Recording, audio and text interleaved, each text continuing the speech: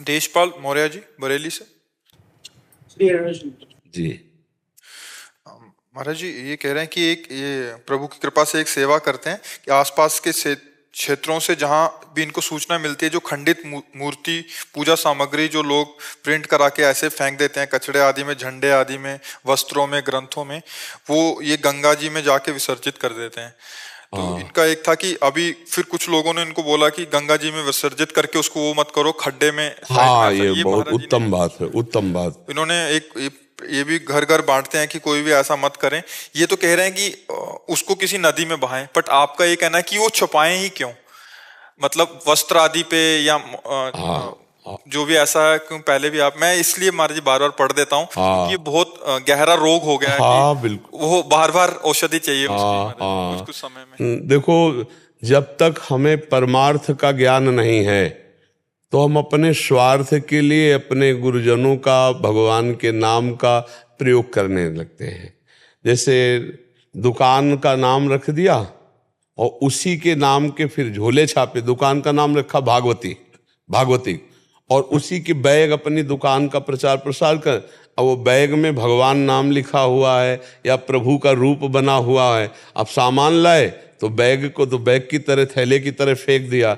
जैसे कई ऐसे मिठाई के डिब्बे बनते हैं जिनमें भगवान नाम, कई ऐसी बहुत सी सामग्रियाँ होती, लोग सामग्री का प्रयोग करके उसे फेंक देते हैं। आज स्वार्थ की इतनी बढ़ोतरी हो चुकी है कि ना तो नाम का सम्मान किया जा रहा है, न रूप का सम्मान किया जा रहा है। भगवान के रूप बना बना करके ऐसे थैले, ऐसे कार्डों में ऐसे फेंक देते हैं लोग, अपमानित कर देते हैं, या जो छवि पुरानी हो गई उसे फेंक देते हैं। तो हमें लगता है कि हम कैसे भगवत आराधना कर पाएंगे जब हम अपने भगवान के रूपों का अनादर करते हैं, भगवान के नाम का अनादर करते हैं, यहाँ तक कि ग्रंथ का अनादर करते हैं।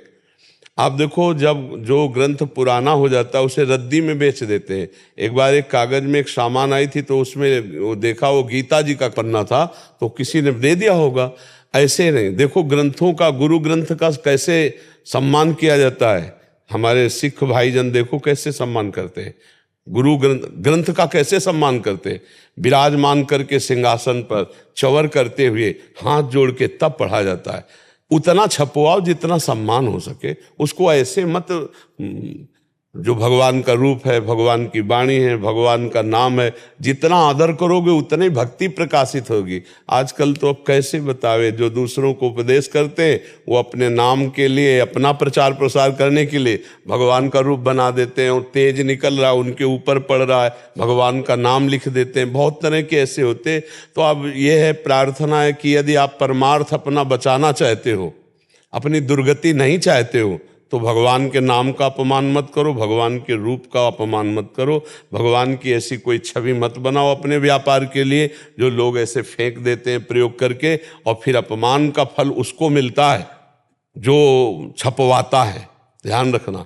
हमको भी ऐसी वस्तुएं बहुत सावधानी से, अगर कभी ऐसा कोई अगरबत्ती, धूप बत्ती या कोई पदार्थ में भगवान की छवि बनी तो हम कैंची से उतनी छवि निकाल लेते हैं, और फिर गंगा जी, यमुना जी जहाँ है किनारे जा कर के एक गड्ढा करते हैं और उस गड्ढे में वो ऐसे दबा देते हैं और थोड़ा प्रणाम करके बस चल देते हैं। अब जैसे हम यमुना जी में फेंक देते हैं और वो किनारे लग जाएगी तो पैरों में तो पड़ेगी, और बहुत ज़्यादा फेंकेंगे तो यमुना जल में भी नहीं। जैसे अब हम सब वृंदावन वासी मिल के फूल डाले ना, तो ट्रक 2 ट्रक रोज फूल यमुना जी में जाए, ट्रक 2 ट्रक, क्योंकि सबके ठाकुर हैं, सबका प्रसादी निकलता है। तो हमें चाहिए कि यमुना किनारे हमें गड्ढा कर ले और अच्छे से गड्ढा करके उसमें समाधिस्थ करके उन वस्तुओं को ऊपर से रच डाल दे, तो यमुना जल भी पावन बना रहेगा और यमुना जी के तट पर उनकी समाधि हो जाएगी।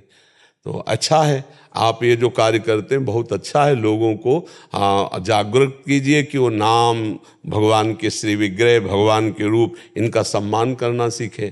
आज स्वार्थ के कारण लोग भूल रहे हैं। एक आए थे, उन्होंने कहा हम छापते हैं तो हमको भी पाप लगेगा। कहा हमारा तो भाई भाव यही है कि कर्ता और प्रेरक अनुमोदन तीनों को पाप लगता है।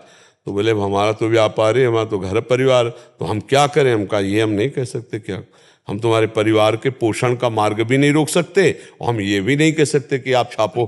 अब आप विचार कर लो, यह मतलब ये कार्य हानिकारक है, आप देख लो। ये बोले आप आदेश करो। हम क्यों आदेश करें?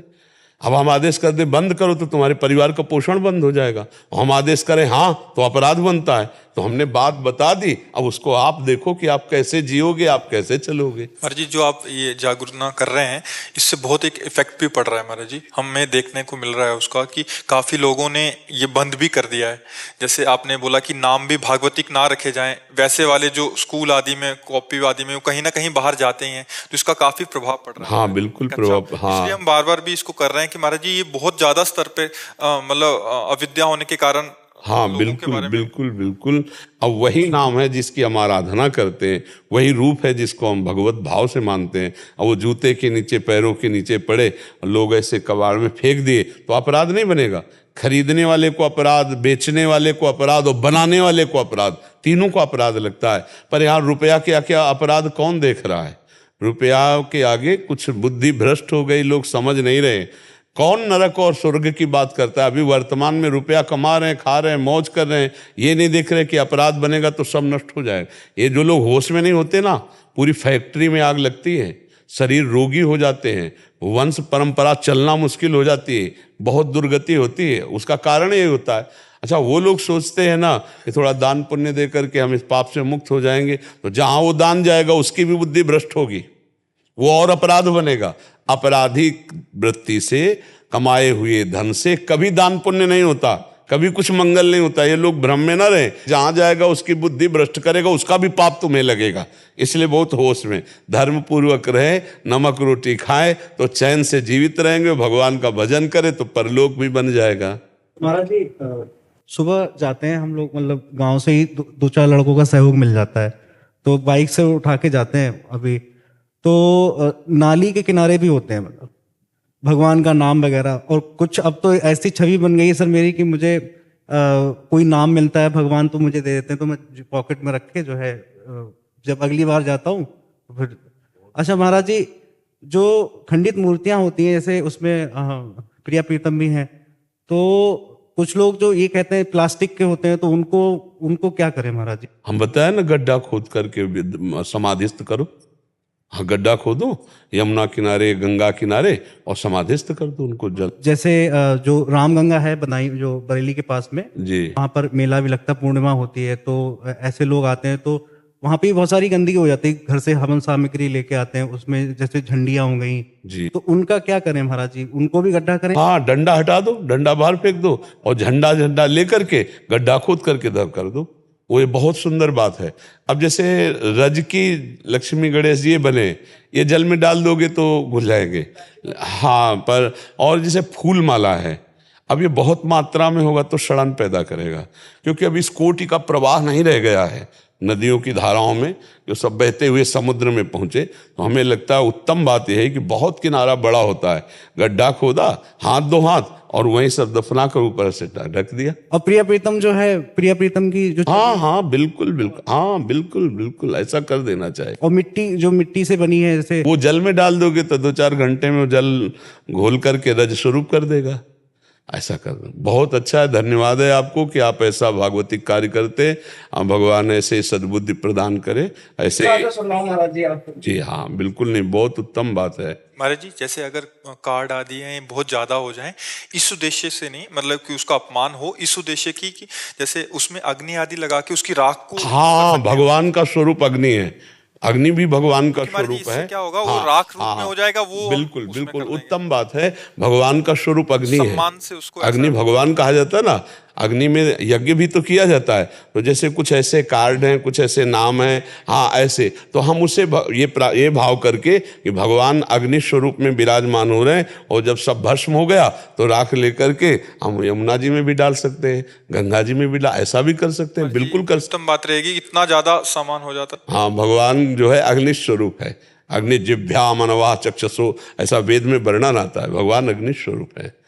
15-20 लड़के इकट्ठे होके जैसे घाट की अगर सफाई करें, तो वहां जो मलबा होगा उसमें आग लगा सकते हैं महाराज? हाँ, आग लगा करके फिर उसको पुनः डाल सकते हो। हाँ, पुनः डाल सकते हो। हाँ, फूल है, माला है, चित्र है, ऐसे बहुत सी चीजें हैं, तो उनको जैसे अग्नि स्वरूप करके और उनको फिर कर, ऐसा कर सकते हैं। बहुत सुंदर है जी।